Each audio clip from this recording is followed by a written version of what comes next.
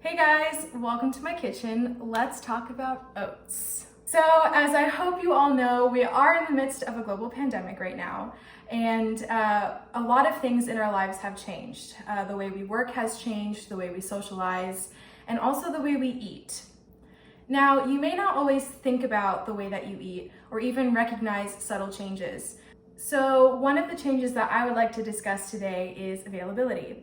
So as we know, especially towards the beginning of the pandemic, there was a mass entrance, a mass movement of everyone to the grocery stores.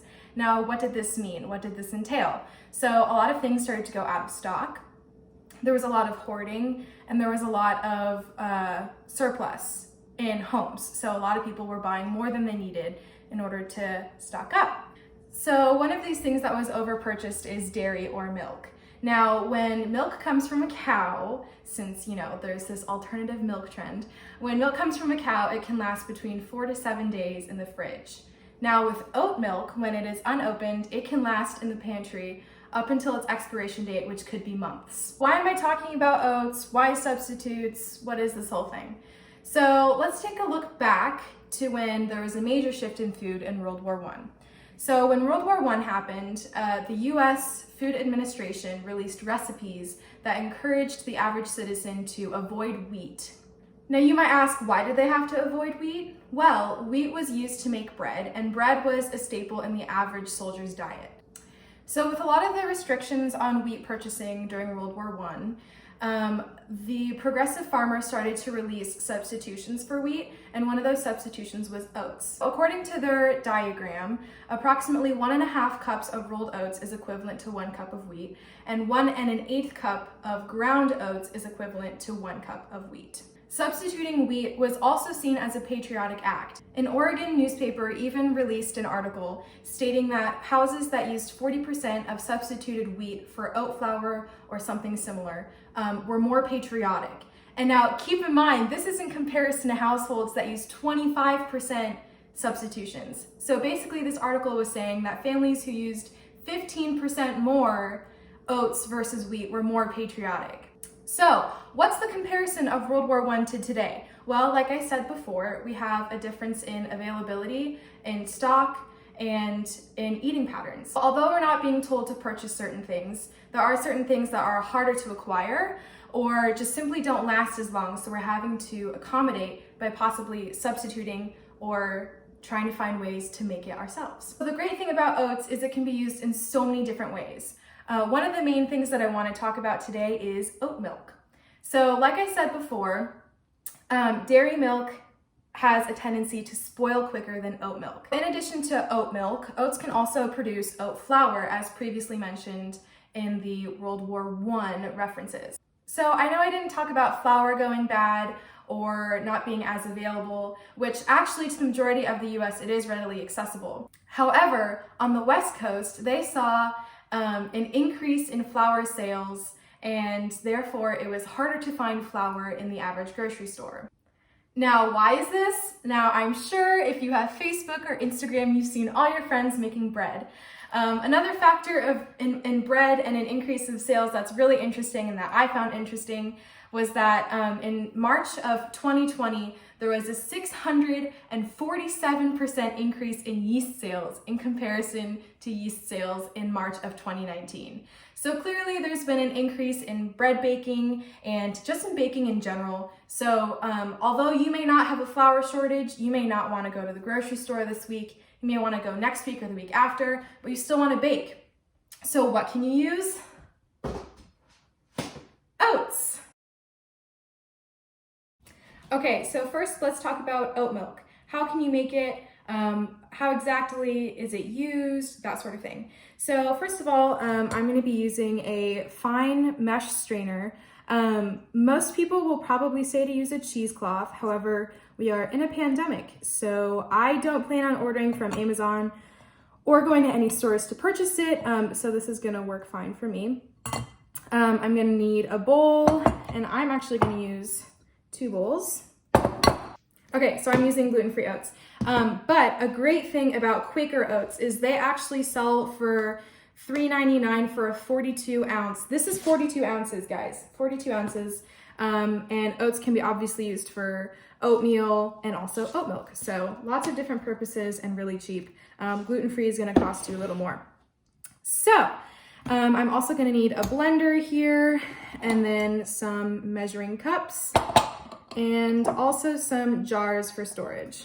To start off, I am going to measure out 1 cup of oats.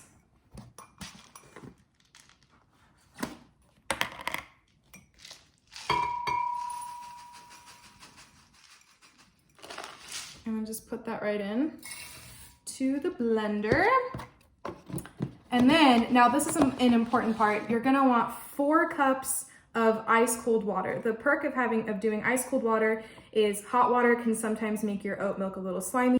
Okay, so now I have my 4 cups of water and my 1 cup of oats. For a little bit of flavor, I'm gonna add just a splash of vanilla.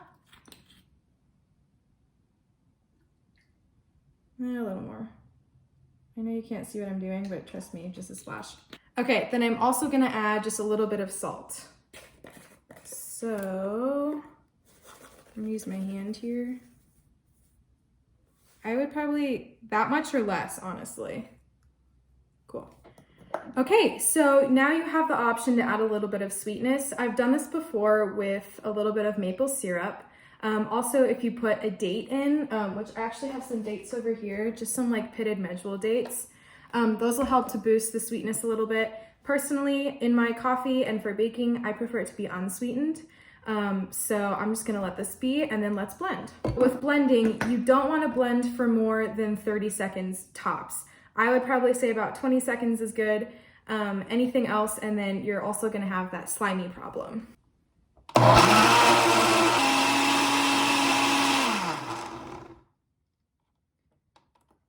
Okay, so I probably blended that for about like 10 to 15 seconds. I'm gonna say that's good. I'm gonna take a look here and it looks pretty good to me.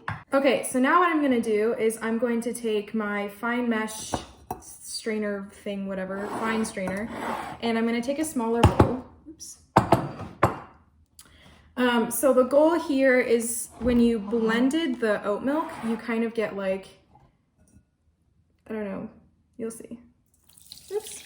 Oh my God. This is making a mess.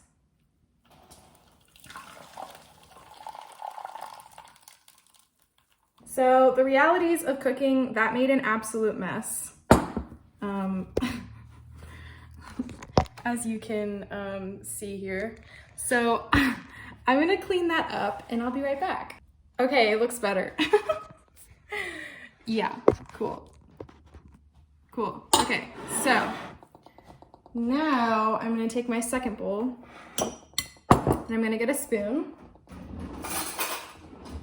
And now we're left with, in the strainer, there's all of this pulp, as you can see here. So I'm gonna scoop out that pulp and put this in the bowl because that will be useful for another recipe. Let's see if I can do this. Nope. Okay, so now that I have my almond milk, I'm going to take my jar and I'm gonna pour it into the jars over the sink because, again, it gets messy and I'm not very good at this.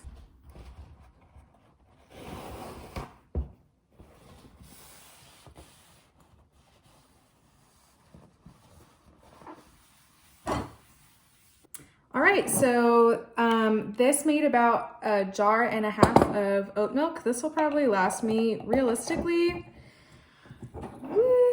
maybe like 3 days. So you can put these in the fridge and then use them at your convenience. So I'm sure you're wondering, what can I do with this weird goopy stuff? I mean, that doesn't look very appetizing to me.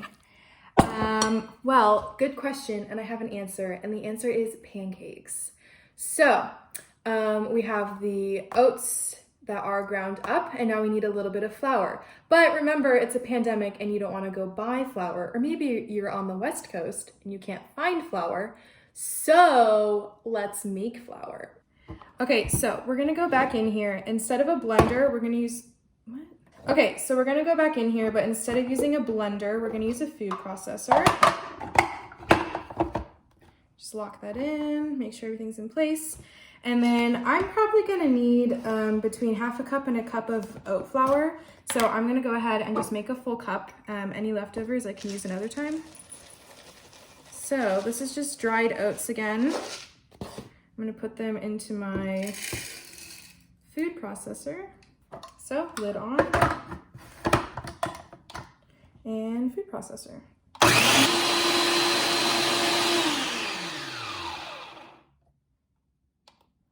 Awesome. So as simple as that, we have our oat flour, which is a substitute for regular flour.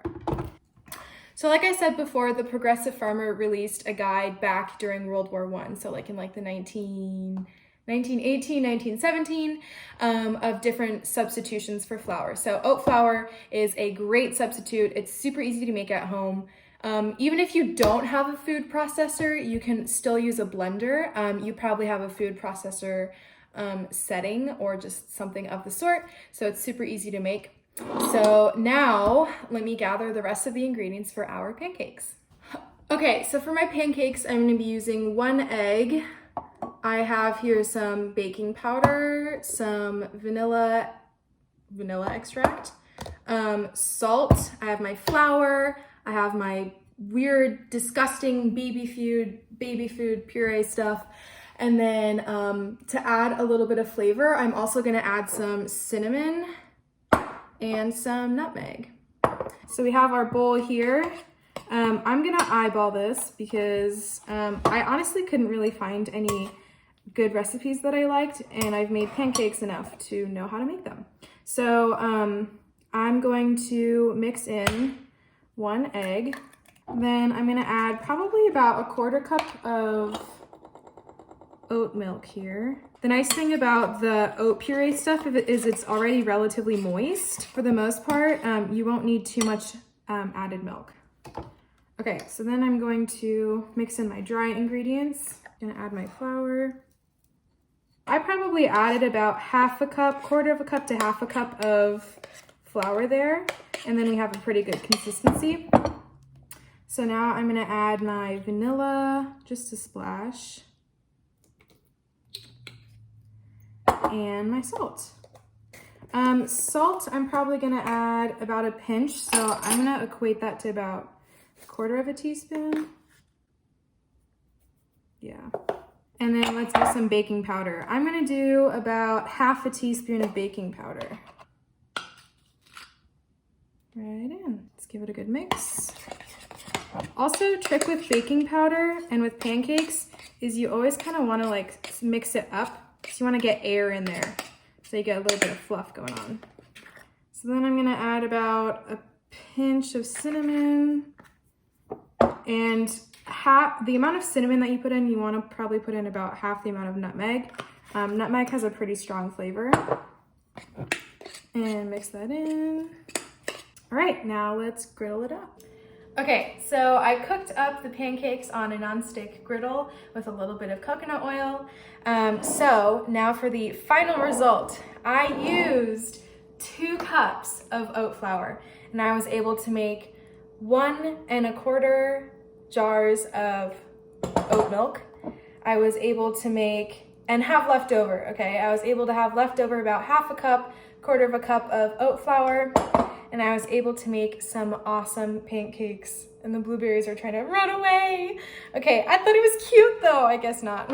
Blueberries aren't cute, guys. Don't put blueberries on your pancakes. Oh, and one more thing I was able to make. A huge mess in my kitchen. You're welcome, Mother. I will clean it up, I promise you, because I have nothing to do. Why, you might ask? Because I'm quarantined. So. Okay, anyway, so my point in this video is that I know we're all in the midst of a pandemic and things are getting hard. Money's tight, grocery shopping is tight. We don't want to be in grocery stores more than we need to be. So be resourceful, use your resources. With 1 ingredient, I was able to make 3 different items. So I hope this inspires you to spend your quarantine time a little more productively. Maybe get up and start baking something instead of eating your 3rd bag of potato chips. So yeah, I wish you all the best of luck and stay healthy.